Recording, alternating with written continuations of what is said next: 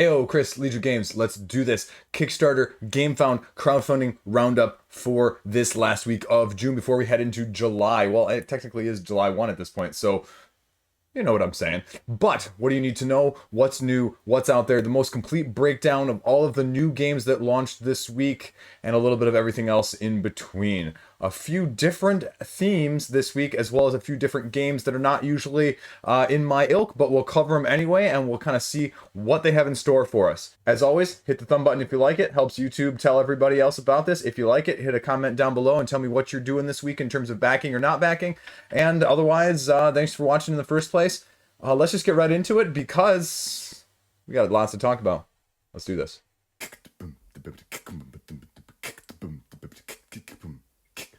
First up from Bad Crow Games, we have the 2.0 version of Company of Heroes, the board game, which is actually more of a war game simulation because you can choose your various World War II faction and you can go head to head with other players, anywhere from 2 to 4 players. And this is a 2.0 version. This is not me saying it, this is them saying it. And so the question is, well, what does it make better? Because this is a relatively well-received game on Board Game Geek for a war game. And a lot of quotes that you'll see down below actually talk about how it really seems to be a great war game, and it's just going to cost you a pretty penny because it's going to be very, very expensive. Now, if you are a person that was the first time adopter, that's always the risk with crowdfunding in general. If it's really good, as they say, Vassal's Law, it's going to come around a second time, and this is no different. And if you are a supporter, if you are original backer, they're giving you the option to upgrade with some of the changes and some of the errata and some of the modifications as well as balance issues that went with the first edition that they have heard that they are saying they are addressing and they are adapting to. And it's going to cost you $50 though, plus shipping to get everything that goes along with that, but you are also getting the stretch goals as well. Now, fear not though, which is interesting here, this is the core faction. This is essentially the 2-player faction core. Now, this was originally, I believe, $65 on the first campaign. It's up to $99 because of the relevant faction goals and stretch goals that they're including from the first campaign if you missed out on a significant portion of those. So you're not SOL if you didn't get it the first time around. Now, here you go, the new backer, if you actually want to have enough to play with 4 people, or you want to have enough for 4 factions, if you don't have a particular faction of your own choosing, it's going to cost you well over $200. It's going to cost you, everything new alone is going to cost you $235. So if you're a first edition person and you want to get everything the second time around, it's going to cost you another $200. So that's not insignificant because I don't think there's enough overlap or too much overlap between these two. So you could be looking at upwards of $300 or $400 easily to get everything from this game the second time around. The question though is, what is this game? And this is one of those ones I just mentioned that this is not my usual ilk that I cover. This is, as self-described, this is a war game. This is a hex-based movement resource management by controlling points and then building your army based off of drafting and then point management in terms of your resources that you have. And it goes back and forth. There is an early bird, so by the time you guys are watching this, this will be gone. Bigger battles, bigger terrain, bigger miniatures, everything that you need from that sense. And this is a little bit disconcerting, but also a little bit reassuring that they've said we're balancing or rebalancing all 80 units. 80 units. Think about that for a second. That's why this is costing you upwards of $200 to $400, depending on where you're going into at this point. New rulebooks, new map setups. They changed the AI as well, they said, changing the AI in terms of the way it plays. Apparently it was very passive and very different in terms of what it was going for in control points. And so it's going to be more of an aggressive style. And it's going to be more driven to actually challenge you, it says. They also allow you to play not only in a time-based mode, but just a back and forth mode, depending on what you want. Here are the various quotes that I mentioned. Here's a little bit of video of what's new. And then they run through the breakdown of what each set has and what you're going to be getting and some of the pre-stretch goals, basically the stuff that they're throwing in already. And then they talk about, okay, well, what should you get? What do you need to get? Here are all the individual expansions. Here's the new ones, the lost ones. Make some recommendations based on what you like. Solo, and then this is sort of the quick play Fog of War component as well, with, like I said, the new AI action system, terrain, and everything else that's going to go along with it. I have no idea. I have no idea telling a good game from a bad game in these situations. Those quotes, although, make it seem like it's an absolutely tremendous, fabulous, utterly impeccable war game if you're looking for something like that. And they even talk about if you're a fan of the video game and war games, you should get this. If you're a fan of the war games, you should get this. If you're not a fan of the video game, then maybe you should reconsider. They talk about all of the different factions here. I believe all 5 factions you can get, the original expansion, so they're throwing all of those in terms of availability as well. bundles, stretch goals, and everything else you'd expect. Real-time return-based, investing in your troops, and that's really the breakdown of what you need to know. If you really want to check it out, there are about 12 written Board Game Geek reviews at this point, and there are probably almost as many video reviews. You can check out the rule books, as it's already up here as well, and a little bit of the actual video on the game page here. I'm not going to break down the details as I do with all the other games, because similarly, I'm not a wargamer. I can't tell you the nuances. I can't tell you the blessings, curses, or some things in between with this game. Know, though, that you're going to be paying somewhere along the lines of, especially if you're going to bundle, $50+ potentially for shipping for this. So just take that into account, whether or not that's of interest to you at that point. It's already almost at $400,000 at this point, less than 24 hours in. So sky's the limit. I think it raised something like $800,000 the first time around. So I would imagine that, especially with the relatively positive reception the first time, we're going to see that be surpassed here shortly. This week over on GameFound, we have launching Summit Sanity, plus a big box from Inside Up Games. You may know them from Black and Key, as well as Earth, that funded successfully earlier this year over on Kickstarter. Now, they are already almost 300% funded in less than 24 hours. And what are you going to be getting in this new expansion for the base game of Summit from 2017? Summit is a tile-laying game where you are navigating, the side of a mountain based on a different path of your choosing of difficulty, trying to make it to the top either as a competitive, cooperative, or solo game. You have your player board here, which gives you the ability to hold different amounts of resources, as well as that's limited by the amount of weight that you can actually carry. So you'll be often mitigating it, increasing it, decreasing it, depending on what is used. You're not only going to be taking into account the weather, which is rolled, and then you're also going to be having an event that is going to affect you as you go. Now, this is the third expansion for this base game, and the previous two being Teams, Yeti, and this one is Sanity, which is adding its own new board that you can check out here on the rules. You have two tracks on this board, an inner track and an outer track. You'll notice that there are two sets of arrows indicating directionality. The red arrows meaning you are losing something, or the blue arrows meaning you are gaining something. The inner circle, a one-time bonus. The outer circle, more of a statistical increase in ongoing bonus. It introduces a new aspect called focus, and as you gain or lose focus, that's going to affect these markers and where your cube or action is on the map. And you also have one down here that is going to be going across as well, that you're going to be having to keep track of.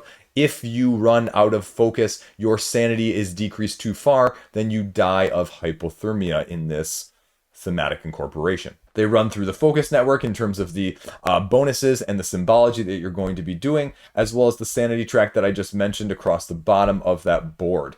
So it adds a little bit of a tweak to the competitive and the cooperative mode, as well as the game board itself. It adds another end game scoring condition. So if you're interested at all in that, you can see how well it fits in with the other expansions that are already out there.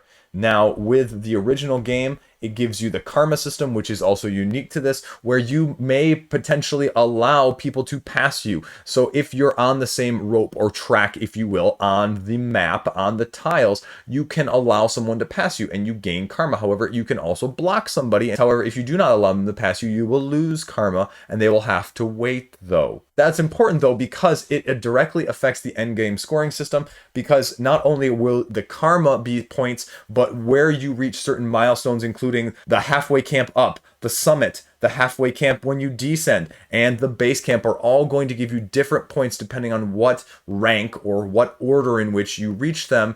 And so being first matters, but the karma system potentially can give you even more points if you play it to your advantage. So what does this look like? The base game alone is available. The other expansions are available. The new expansion is going to cost you $25, and you can get the previous ones, including becoming a character yourself, if that's really of interest to you. Now, big box, do we really need a big box? That's more of the question. I have plenty of boxes that are too big already. You're getting a $99 value, which is all of this stuff. So they're doing additions, upgrades, and unlocks on a day-by-day basis, not based on a monetary amount. So it's going to be interesting to see what that really entails. And without knowing some of that stuff, are you willing to go in and get just essentially a bigger box with organizations? Oh, no, it does include the room for all three expansions, but it doesn't include the game. it's just a storage solution. So that's an expensive storage solution for just the box itself, because you're looking at $100 for an expansion in a box, $185 for everything. That's a ton of money. That's more money than I would have expected for a game that I'm not sure I would like in the first place. I really am going to probably watch some gameplay, some video of this, because I've never really heard of this until it sort of made Trey Parker's list for best board game from the Tom Vassell Dice Tower video. And now it's sort of making waves, and I think it's gotten a real hype and boon from that. But we'll see what those unlocks reveal, and that's an expensive box, like I mentioned. So I can't see myself buying that, but maybe some of the other stuff, and maybe the new expansion just on the crowdfunding campaign might not be the worst idea at all from that aspect. So that is Summit, the new expansion Sanity, and the big box to go along with it. Next up, we're going to talk about Beyond the Humanity Astrominers. This one is already about 85% funded, and it's got some pretty hefty words here. Now, it's also another early bird, so by the time you guys are watching this, it's going to be past. And they've got a few Dice Tower quotes here that are relatively meaningful and roll for crit. But what do you actually need to know about this game? This is a slightly more spread out dice worker placement game where you have six-sided die that have individual different types of workers on the sides, and you're going to be rolling them at the beginning of your round or your turn in order to then use whatever you roll to place them on their various worker placement spots. And I say that very vaguely because each of the different spots gets you essentially some sort of different card or mission that you can either spend resources in order to, earn victory points and potentially other actions or resources, or you can go out on missions which cost resources to start, but then anybody can play dice on, but until all those dice spots are full, the mission doesn't actually succeed. And if the mission stays out there for too long, more than 2 rounds, then the mission fails. Everyone's dice are returned to them. But if they stay in between rounds, your dice are just sort of in limbo that you won't be able to use for next turn. So it becomes a little bit more of a I scratch your back, you scratch my back sort of situation. Now, very much at the top here, they talk about what's going to be exclusive in the deluxe edition. The tokens, the dice, and the large barge minis. And you can see examples of these right here without any really needing for clarification. A few of the videos that we talk about here, similarly, what you actually need to know, they're doing it off of, I'm assuming what boxes means is backer numbers. So you haven't seen any of these unlocked yet, but these are just nice bonuses. They're not money dependent. They're just, hey, if we get enough backers, we'll give you a little bit more content. So that's fine. It is what it is. Now, this synopsis here, I'll go over very briefly. You are rolling your dice, and you have the ability to not only roll your dice once, but you get 1 reroll. The other action or mitigation that I saw in this game that I really liked is you have 6 dice, right? If you do not like your dice after your second roll, you can actually discard one of your dice out of play for that round to change another die to any side that you want. So if you desperately need something, you don't roll it, you can still get what you need, which is a very interesting new mechanic I have not seen done widely elsewhere. And then it goes into the investing spots, and each of these different workers have different spots that they go into. That you're getting technologies, you're getting missions, you're getting quests, essentially all of these different card types that I talked about earlier. The missions where you are potentially going together in order to complete it, because then you're all getting this collective resource at the bottom. You're going to be getting resources, you're going to be getting victory points, and then you play over 8 rounds, and the person who has the most at the end wins. The other very ambitious thing here is you'll note, and I looked at this wrong, this is potentially starting to ship. They want to ship this by the end of the year, which is, whoa, right? I looked at this as, December 2023. No, this is December 2022. That's it. That's everything you need to know. The all-in includes a 5 to 6 player expansion, and if you just want to get the base game, it's going to cost you $89. But it does not get you also the other expansion, the Mining Unions expansion. So that's really more of the question, is how much of the other stuff that you need in this regard. The thing I don't like is they're saying you only get it at the all-in. So you can't get it at the in-between. If you don't want the 5 to 6 player expansion and want to pay extra for that, well, too bad. $40 is going to be the cost of both of those expansions together. Take it, win it, or lose it together. There you go. Similarly, you can't get the other expansion separately if you only wanted the 5 to 6 player expansion. Talks about the additional add-ons here, including the game mats, the art books, the posters, and all of the other non-gameplay board game related stuff. Check that out if you really want. Shipping is probably going to be more than that. Take that for what you will. So what else do you need to know about this game? Well, I mean, it seems to be a different take on the worker dice placement game, just by those mission cards being somewhat semi-cooperative in the sense of you having to work with each other in order to figure them out, or have enough of the right characters, or dice, I should say, on those spots, because those spots are going to have potentially one of two different dice workers that you could place there, not just a sole single type of worker. So it's an interesting element.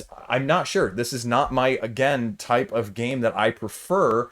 It's definitely spread out here, and if I can pull up the rule book really quickly here, I'll show you just all of the different types of cards that you can kind of see, so that you can have a chance to sort of understand what I'm saying when I say that there are about 5 different types of cards that you can explore and choose to get victory points from.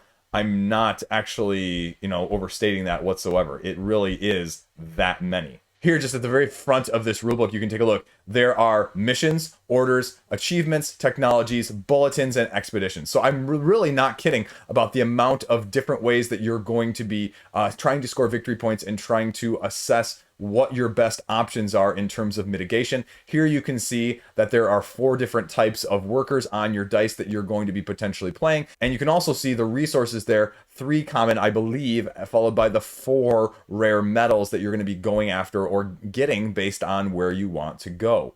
We'll scroll down here. I don't think there's anything else that's really pressing that I wanted to talk to you about. Some of the resources that you can acquire will be based on the rounds, so that is a little bit of an element there, but it talks about all of these different cards that I mentioned, the missions, the orders, the achievements, the executive cards.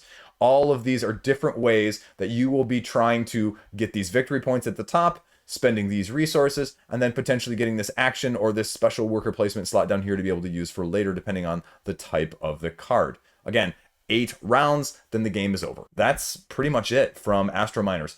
Definitely not my ilk. So far, I'm doing great from the wallet side of things, but I know a lot of you are interested in these types of games, so that's why I like covering them regardless. Next up, this one is a little bit different. This one is Helsinki Deluxe, and the comparisons have to be made to the previous Queen Games predecessor of Copenhagen. I have Copenhagen. I am mixed on it, to be very frank, because it's sort of like board game Tetris, but it's also very samey, I feel like, so far. And so I haven't really decided whether or not it's going to stay in the collection or not. But this is sort of a different spin on, you'll see why that's a pun here in a second, what Copenhagen was doing. The relatively straightforward rule set compared to the other rule books that I've read this week.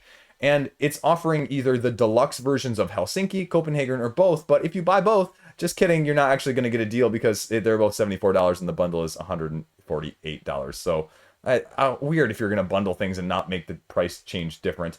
They talk about the classic versions here. You can get the expansions if you really want it with it without the acrylics, and that's the main advantage of getting the deluxeifications. Now, the deluxeifications one includes the expansion, so you're essentially getting the acrylic tiles for, what is that, like an extra 15 bucks? So take that for what you will. And I do not know if the expansion includes the acrylics. I would assume so.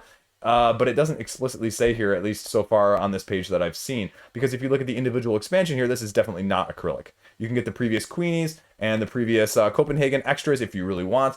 But this is the basic gist of this game, is you have your little player character around the center of the board, and you're going to be moving it anywhere from 1 to 3 spaces. And then depending on what space it lands on, there are 2 cards that are going to be adjacent or on either side of that space. You have 2 options then at that point. You can take those 2 cards to a hand size limit of 7, or you can choose to spend the cards in your hand and build said pavilion or basically Tetris shape on your board. The difference in this game compared to Copenhagen, though, if we scroll down here, is that you have to push it from the side. And that matters because there is a separate board right here. Depending on where your marker is, that's the side of the board that you have to push it from.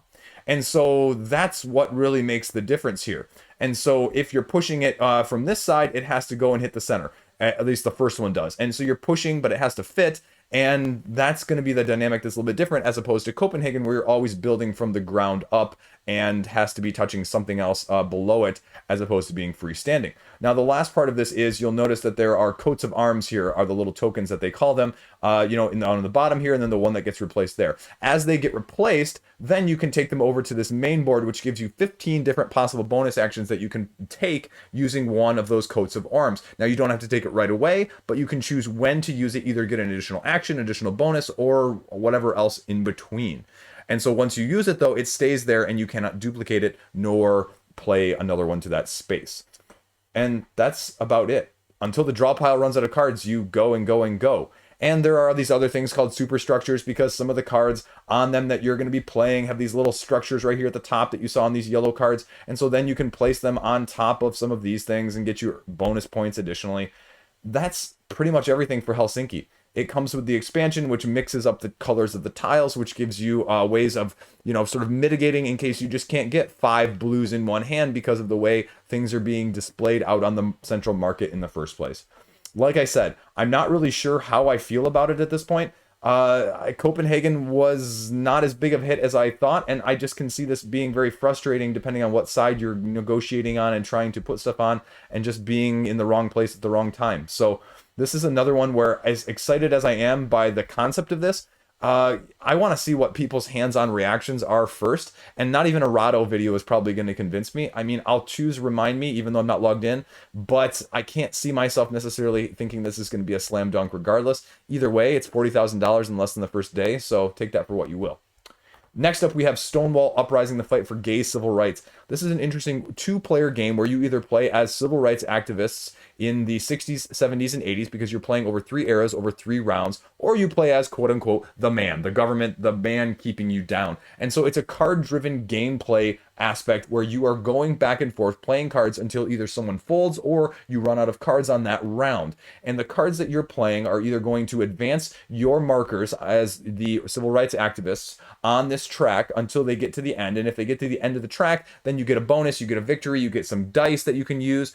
Or if you are the man, then you are playing cards that will, as they say, I don't want to say capture, but if you essentially capture them, I'm forgetting the term that they actually use in the rulebook. If you get 10, then you win as the man. And so it's a back and forth, but if you don't like that concept, they're also offering a solo play as well with the game. That's basically it. It's trying to stay true to history. There's a lot of historical elements that are included in the cards. Unfortunately, there's not a whole lot on the page here. I'm a little disappointed by the lack of information on the page. It's a little bit off-putting, but if you click on the Board Game Geek page link right here, you can go and see the rule book over on Board Game Geek. And essentially, the cards are going to have certain effects that are going to allow you to mitigate or change the circumstances, or even do things on which side of the game you're on. And so that's the main aspect that you're going back and forth with in terms of this 2-player dueling. But you don't have to play all of your cards before you fold. So you can use those cards then. And similarly, this is really sort of irritating that there's nothing on the page that even talks about this aspect of things nearly, is that there's going to be a central market that you're going to be buying from, and all of these cards that you have prices on them, and the cards that are left over in your hand allow you to buy at cost from the market. And depending on how many cards you have in your hand, that depends on where the cards that you bought go. I mean, we're used to the cards that when you buy them from market goes to the discard pile. But if you have like 2 or less cards in your hand when you're buying said cards, then they actually go to the top of your deck instead, which is a nice change. And I'd like to see that incorporated in the future. Other than that, you're really going to have to watch the video. You're really going to have to go down here and read the rule book over on Board Game Geek to get a better sense. And even then, the rule book doesn't give me a great sense of what some of these cards are going to do and the dynamics that they're going to involve. There's like literally 1 or 2 examples of an actual card that you can even read in the rule book. So hopefully, if you really want to know more, you need to watch the videos to get any sense of the actual flow to this game. But there you go. That's Stonewall Uprising, the fight for gay civil rights. Next up, we have Casual Game Insider. Already 200% of its funding goal, $20,000, 11th year of funding for a physical as well as, I believe, a digital version of this.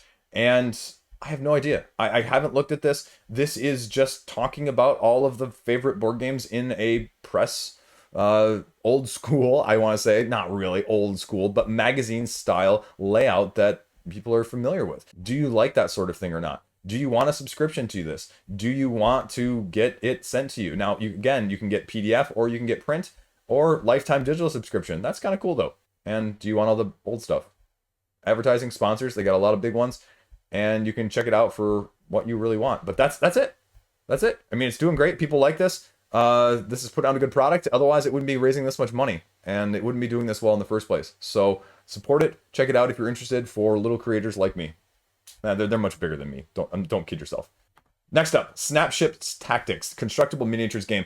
Now, I saw one of the guys from Penny Arcade talking about this, or mentioning it on Twitter, that he had played it at one of the expos.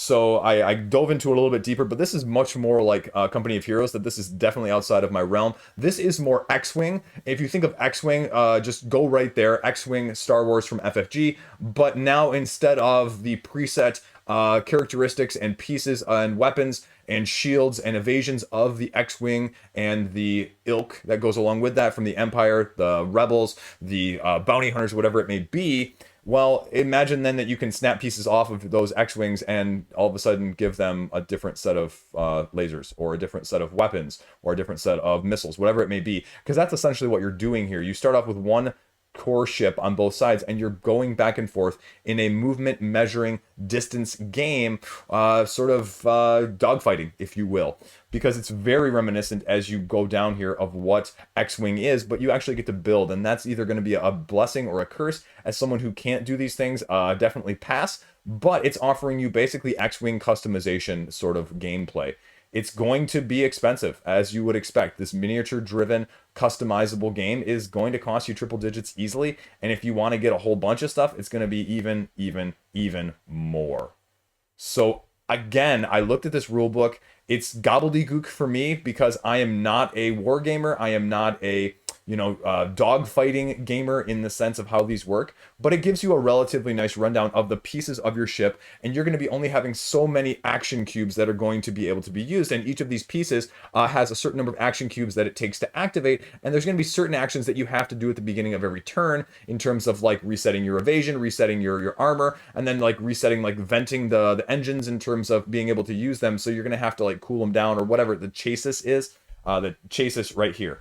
So then you're going to be essentially being able to build your model, activating moving, because you're going to have to do a certain amount of move per turn as well, depending on the angle, depending on the degree, depending on the ship, and then rinse and repeat in terms of attacking and damaging, just like X-Wing, and co-oping and flying around. So however you want to utilize it from that aspect. It's already on Tabletop Simulator. The rulebook is right there, but like I mentioned, it's going to cost you a pretty penny as a customizable little miniature, essentially. So my hands are not good enough to be able to do something like this, but it's, clearly, again, got an audience. $67,000 for something I had never heard of, that I had never seen anything about beforehand, and this is just day one. So it's going to only go up from there. We'll see what else they have in store, and we'll see where it ends up at the very end. Snapships Tactics. There you go. Next up, we have Midnight Saga, the story of Faltisia, the complete edition. Now, this is a port over from Lion Wing Games, originally released over in Japan, I think probably 3 or 4 years ago now. What this game is an interesting combination of card drafting, resource management, and asymmetric variable player powers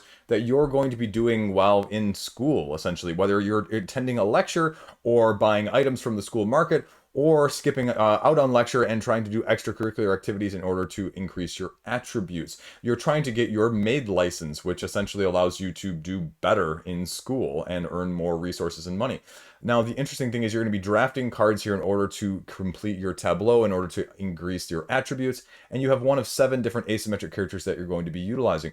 The exam portion of things is going to be where you are either attending lectures and then taking the final exam. Final exams allowing you to essentially get extra victory points if you have the highest score in one of said attributes. The Welcome to London saga or expansion is the add-on that is offered with the game in order to help with a peacekeeping mission as London has been besieged. So what do we actually get in this game? Well, you can get the Kickstarter exclusive, whatever that means here so far, and all stretch goals. You can get all the deluxeifications, including a soundtrack in case you didn't have a soundtrack for this game and you really wanted one, and some acrylic standees. The rule book is here in place, and it gives you a little bit of the lore into the characters, a little bit of videos here, and then it gives you a little bit more of absolutely nothing that's going to be helpful for you in terms of the actual mechanics. And that's really the issue again with this page. So what do you actually need to know in this game? Well, if we pull the rule book up here, video rule book, right? If we pull the rule book up here, you can actually get a good sense, or at least a semi-complete sense of what it's actually going to do. They run through here on the rule book as we pull it up, the different types of action cards that you're going to be able to draft, as well as the item cards and the requirement cards in order to graduate, and then a little bit of everything else. As you can see here, it kind of goes through a little bit further. It gives you the class schedule board, which really, if we scroll down here, there's a much better example. What's going to happen essentially is these color cubes are going to be randomly pulled out at the beginning of the round. You're going to place them on 1 through 7 of the phases of that lecture round, essentially, because you have 2 phases. You're either going to go to the lecture or you do an off-campus activity. If you go to the lecture here, as you can see, we'll blow this up a little bit further, you get, if you attend this lecture, a blue attribute increase. You can see your 4 attributes over here. You get to increase it by 1. Okay, then if you go to the next one, you get a green, then you get a green, then a red, then a yellow, then a blue, then a red. So those are the things that you're going to be able to increase. And then at the end of the round, that's what's going to earn you extra victory points if you are the one with the highest in said area. But if you don't go to the lecture, it allows you to do off-campus activities as well as play those cards that I just mentioned. Simultaneously, after that first round, where you're either attending the lecture or skipping the lecture, as noted here, you move on to more of the action phase, which is going to be potentially playing said cards that you've already acquired, or performing an off-campus utilization here and resolving whatever the card may be. The exams is where I mentioned the attributes are the highest, and then you score at the end based on your attributes, the extracurricular activities, and all of the other assignments and the evaluations that I mentioned with all of these cards that are up here at the top. So those are the things you need to consider, and it's played over a series of 3 rounds, so the one at the end is going to be the victor. I don't get a good sense of how the gameplay flows, so if you really want to get a better sense of it, I think you're actually going to have to watch one of these videos, either Quackalopes or maybe this one right here, whoever this is, Cardboard Stacker. So check those out if you really want to know more of this, because the rule book, as much as it surprised the rules, it doesn't really give a good sense of the interactions or the gameplay or what's going to be happening from one to the next.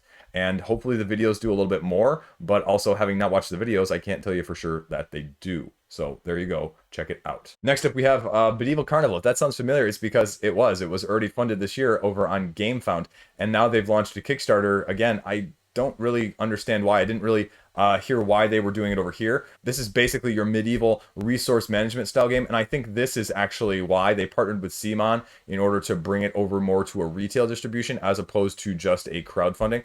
And I didn't look at this, but there you go. There's my quote right there. And it's basically the same thing. I don't think this is any different. Now, these appear to be some sort of acrylic instead of cardboard, and I don't know if that's different from the first time around. And I also did not see the difference in the price point the first time around versus this time.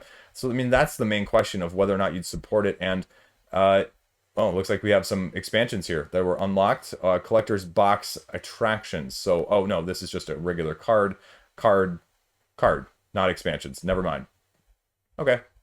So it's launching again here. It's got support. It's got $6,000 raised. I'm assuming it's just more from a retail aspect of why they're doing it here. So they're trying to make it also more available in other languages. So maybe that's more of the reason. Take that for what you will. Ah, there's me. That's it. Going to be hopefully delivered by the end of the year. I'm assuming this is just to get it to more people. I don't know. This is one of several we've seen now do this. We just saw this with Ancient Blood Order of the Vampire or whatever that one was. It's got the soundtrack that's running with some reprints on Kickstarter right now too that funded on GameFound earlier. So take that for what you will, but Bedeville Carnival going again. Next up, we have Splintered Lands, the deck building game. I talked about this one in the preview video. It's already funded, but let's see, because there's a little bit of something in here that I think needs to be pointed out that I'm not really a big fan of, and we'll see what happens with this, but they talk about it a little bit, but I still don't like the answers that they give, but you'll understand in a second when we get there. Now, this is a 2-player head-to-head deck builder game where you're essentially almost doing some tower defense at the same time.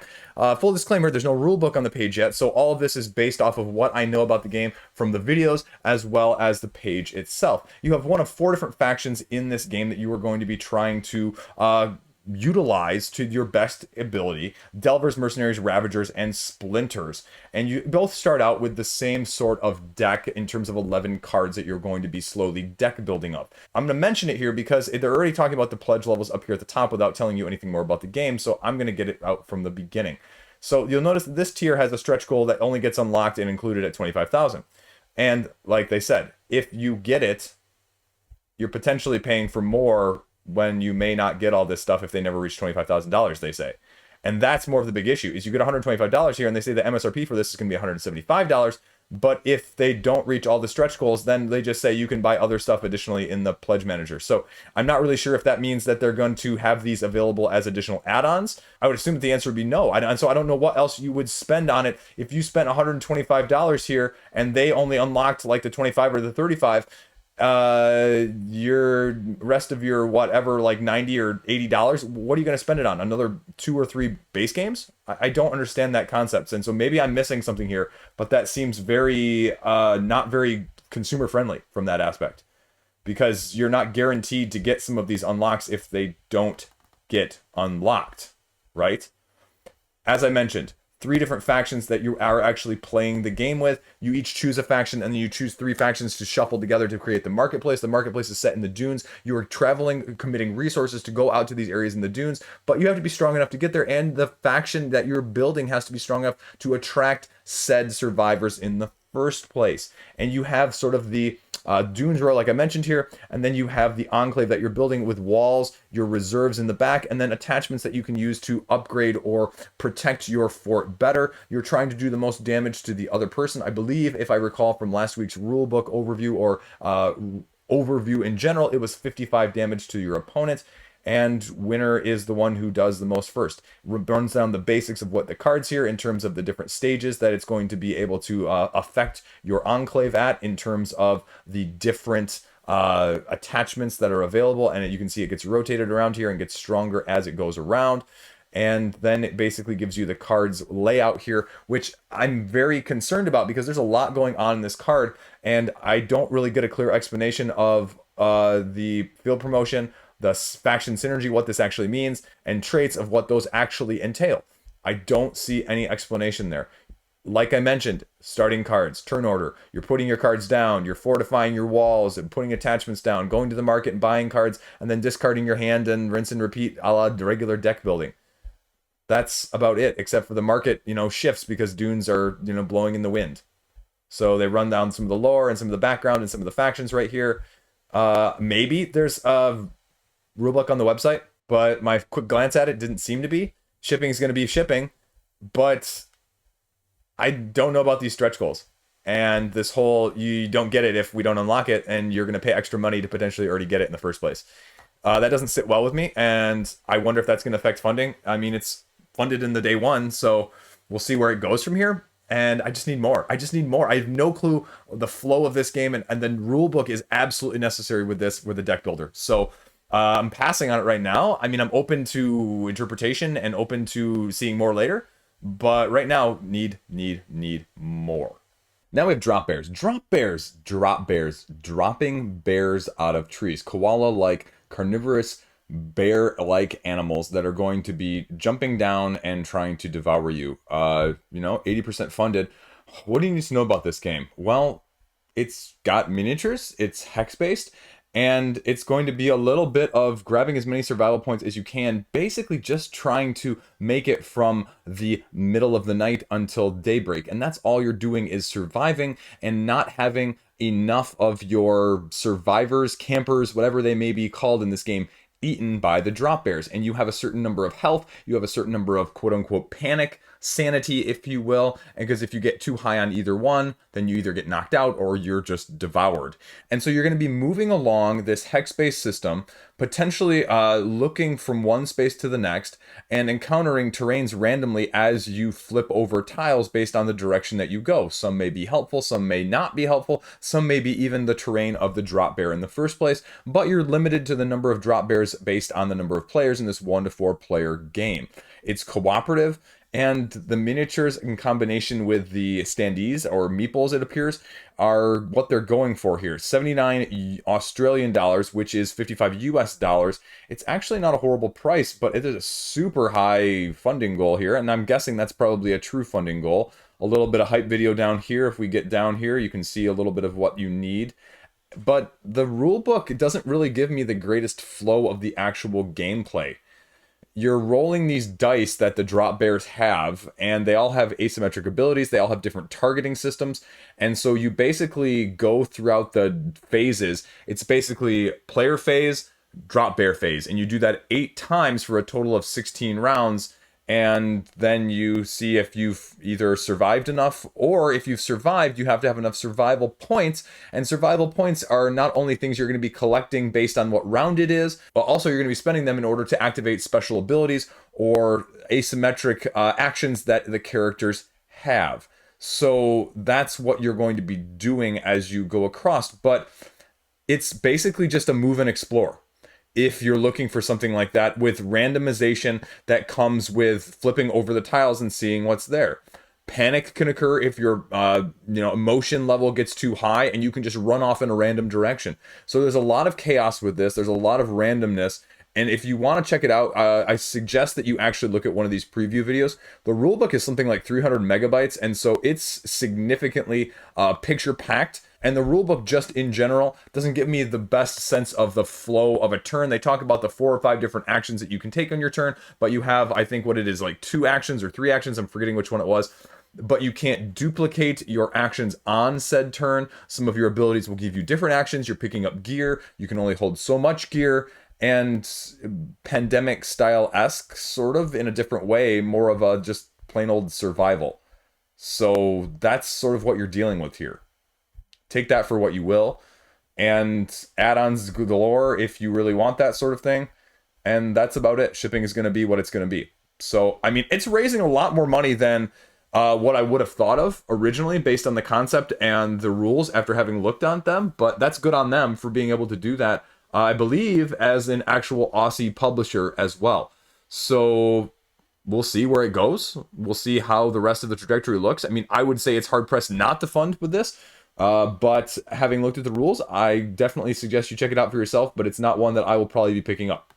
Batman, the Arkham Asylum Files. Speaking of things, this is very interesting because this is actually, I didn't even see this the first time around, this is a relaunch. It launched originally, I believe, at the beginning of June, and it canceled funding because it had a $250,000 funding goal, and it raised almost literally exactly the same, literally $95,000. I'm not kidding on this one. See, no joke, 95,584. So at the time of me filming this from Infinity Rabbit Holes, they've clearly surpassed what they needed, but why was it 250 and why is it 25 now, right? And if you look at some of the price levels, we'll talk about this and then we'll get to what the game actually is. $169. They've reduced all of these significantly, $149. And then the next one was $288. $288 for this game. Previously $338 for a double trouble. You're getting 2 packages, and we'll talk about what those packages are. If you want all 3, $507 previously and $432 before, which makes me wonder, how can you afford to essentially take a 20% price cut on everything? Like, how big were your margins previously? I know board game margins are notoriously small, so it makes me think that, was this just inflated? I can't help but notice the big discrepancy there. What is this game? It's basically what they're floating as some augmented reality, but it's really a escape room game, essentially. A puzzle escape room game-esque with a Batman theme. That's going to take you with content anywhere from 5 to 6 hours, depending on how good you are at these sort of games. 3 unique adventures that you can choose from, and as I mentioned, you can get 1, 2, or 3 based on those price levels. But that's about it. If you want to watch a video of spoilers, you can, of the first whole episode. But, I mean, there's massive miniatures here, and you're being narrated or led through the adventure by the Joker is the premise of it. So it's definitely got the appeal. They've got a bunch of add-ons, including a newspaper that you can buy, as well as several different card decks, and it's raising a lot of money. But I wonder if it's really going to be as good as promised, or if this is playing a lot off of the Batman IP in the first place. Because, I mean, this all-in is $557 before shipping. And here's all the other stuff. If you want a mask, this mask, if you only buy one of the small packages, they randomly give you one. So if you want both of them, you have to buy the all-in or get them separately as an add-on. Anyway, stretch goals are going to be what they're going to be. A bunch of people who apparently are known for like attractions at like some of the major theme parks and things like that. So that's what this company is. I had never heard of this, but I did see a couple Facebook ads prior to this. But buyer beware, that's a lot of money for an escape room style game. So I hope you love Batman if you're going for this. Anyway, that's Batman Arkham Asylum Files. There you go. That is the roundup for this week. Everything that's new and notable. Not going to be one of these next week, just so you know. FYI, I'm on vacation, so I will be maybe monitoring things as they get launched, but I won't have the video stuff with me to make a video in the first place, so maybe we'll do double duty later, or maybe I'll just do some highlights. Whatever strikes my fancy the following week. We'll keep it, loose from that aspect of things. Hopefully I'm going to be venturing into the new system here so I can start putting out better videos than 720p. I'm wondering if that's starting to limit my growth size on the channel. But we'll see. Got plenty of other stuff in terms of reviews and videos coming out soon though, and next week will not be sparse. And I've got a bunch of stuff pre-filmed and edited that will be going live next week even though I'm on vacation, so you won't go through withdrawal as if I'm large enough for people to go through withdrawal again. That's okay though. I like doing it. Interesting couple games. A couple games I was very pleased with, and a couple games that I was not nearly as pleased with. So if you want to hear me actually criticize games, I know I've done a lot of games that have been very positive reviews, but a couple games I just need to also, say, hey, what was good about this and what wasn't quite as good. So there's a couple of those coming out as well. There you go. That's it. Round up. Round done. There you go. There you go. Thanks for watching. Stay classy. See you around. Stay tuned for spoilers, Easter eggs at the end of this.